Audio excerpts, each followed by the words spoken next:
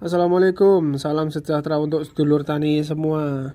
Di video kali ini ada beberapa rangkuman ya dari saya yang sudah saya tulis.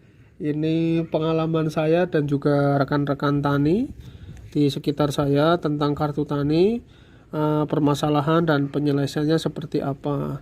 Langsung saja. Yang pertama adalah kuota pupuk nol. Nah, biasanya ketika kita cek ke kios pupuk resmi di mesin edisinya, kita gesek kok muncul nama kita sudah muncul, kelompok tani sudah muncul, tapi ternyata kok kuota pupuknya nol semua. Nah, itu caranya adalah kita cek di RDKK apakah nama dan nomor KTP sudah sesuai antara yang ada di RDKK, KTP dan buku rekening. Jika antara RDKK dan KTP sudah sesuai dan yang berbeda, biasanya selisih satu angka misalnya di buku rekeningnya, maka perlu datang ke bank penerbit kartu taninya, entah itu BRI, Mandiri ataupun BNI.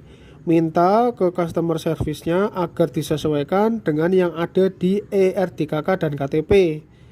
Dalam hal ini, bank yang melakukan kesalahan salah ketik di buku rekening pada saat pertama kali pembuatannya seperti itu. Nah, kadang juga yang tidak sesuai itu namanya. Contoh, namanya Cajin, CHAJIN. Nah, ternyata di buku rekening jadinya CHAYIN. Nah, itu biasanya bisa jadi penyebab kenapa kuota pupuknya nggak muncul. Nah, itu harus minta ke banknya biar disesuaikan dengan yang ada di RDKK dan KTP seperti itu. Nah, yang seperti saya sebut tadi, kadang juga yang tidak sesuai itu namanya nama petani ya. Penyelesaiannya juga sama, minta ke customer service banknya untuk disesuaikan dengan RDKK dan KTP. Nah, jika yang tidak sesuai dengan KTP adalah RDKK-nya, berarti sedulur tani itu harus ke kantor BPP. Nah, dalam hal ini yang salah ketik adalah pihak PPL-nya. Nomor KTP dengan yang ada di buku rekening itu sudah sesuai. Nah, yang nggak sesuai itu yang di RDKK-nya. Maka harus datang ke kantor BPP, Balai Penyuluh Pertanian terdekat, minta agar data KTP-nya dirubah sesuai dengan KTP biar kuota pupuknya muncul. Nah, yang ini berikutnya, jika semuanya sudah sesuai nomor KTP antara yang ada di RDKK dan buku rekening, tapi ketika cek kuota masih 0 kg semua, coba dicek ke bank penerbit kartu taninya apakah sudah diinput data penyalur pupuknya. Atau kios resmi mana nantinya untuk beli pupuknya. Kadang ada yang belum terinput di kartunya, kita beli pupuknya di mana. Bahkan kemarin teman ada yang muncul kuota pupuknya di RDKK, namanya ada tapi keterangannya PIN salah, rekening diblokir. Nah, itu berarti harus minta penjelasan atau keterangan dari bank penerbit kartu taninya. Seperti itu. Nah, ternyata yang seperti itu belum terinput kios penyalurnya. Berarti sebenarnya namanya sudah ada di RDKK, tapi kok kartu tani kok ketika dicek berarti 0 kilogram. Ternyata setelah dicek nama penyalur pupuknya atau kios resminya itu tidak terinput di kartu tani tersebut. Jadi belum ditentukan harusnya beli di mana. Karena kalau pakai kartu tani kan tiap desa, desa A, desa B beli di kios ini, desa C, desa D beli di kios ini. Nah, itu belum ditentukan. Itu juga bisa jadi salah satu penyebab kenapa kuota masih nol. Nah, permasalahan yang kedua, PIN salah, rekening diblokir. Nah, ini penyelesaiannya sedulur tani harus datang ke bank penerbit kartu taninya, bilang ke CS ketika masuk ke menu pupuk subsidi dan cek kuota pupuk tapi ada keterangan seperti itu, PIN salah, rekening diblokir.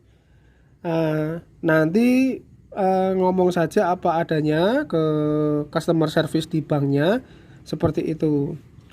Nah, yang berikutnya, PIN salah, rekening diblokir tapi hanya saat kita cek kuota pupuk. Tapi cek saldo biasa itu bisa dan muncul saldonya. di menu yang lain. Hanya ketika masuk ke menu pupuk subsidi muncul PIN salah rekening diblokir. Itu penyelesaiannya sama, datang ke bank penerbit, bilang ke customer service apa adanya seperti itu. Pokoknya berarti ketika mau cek kuota pupuk, kita masukkan nomor PIN, muncul keterangan PIN salah rekening diblokir. Nah, tapi cek saldo biasa kok bisa, bilang aja seperti itu. Nanti biar bank yang mengurus, insya Allah bisa diaktifkan atau bisa muncul kuotanya seperti itu. Nah, yang ketiga lupa PIN. Ini yang paling sering ini. Karena lumrah ya, lupa PIN karena apa? Kartu tani itu pertama muncul kan 2016 2017, tapi sampai sekarang memang tidak digunakan secara masif ya, tidak digunakan secara betul dan baik oleh sedulur tani. Akhirnya banyak yang terabaikan dan lupa nomor PIN-nya.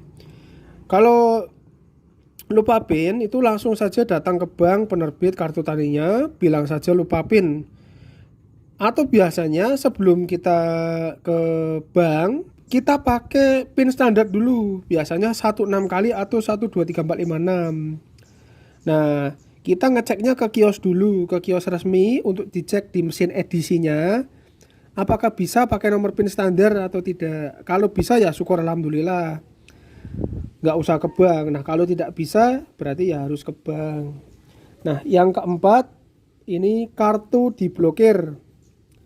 Nah, ini penyelesaiannya, datang ke bank penerbit kartu taninya, bilang saja kartu diblokir, bawa KTP, jangan lupa pakai masker ya. Kalau nggak pakai masker ketolak kayak kemarin. Untuk yang kelima itu kartu tidak aktif.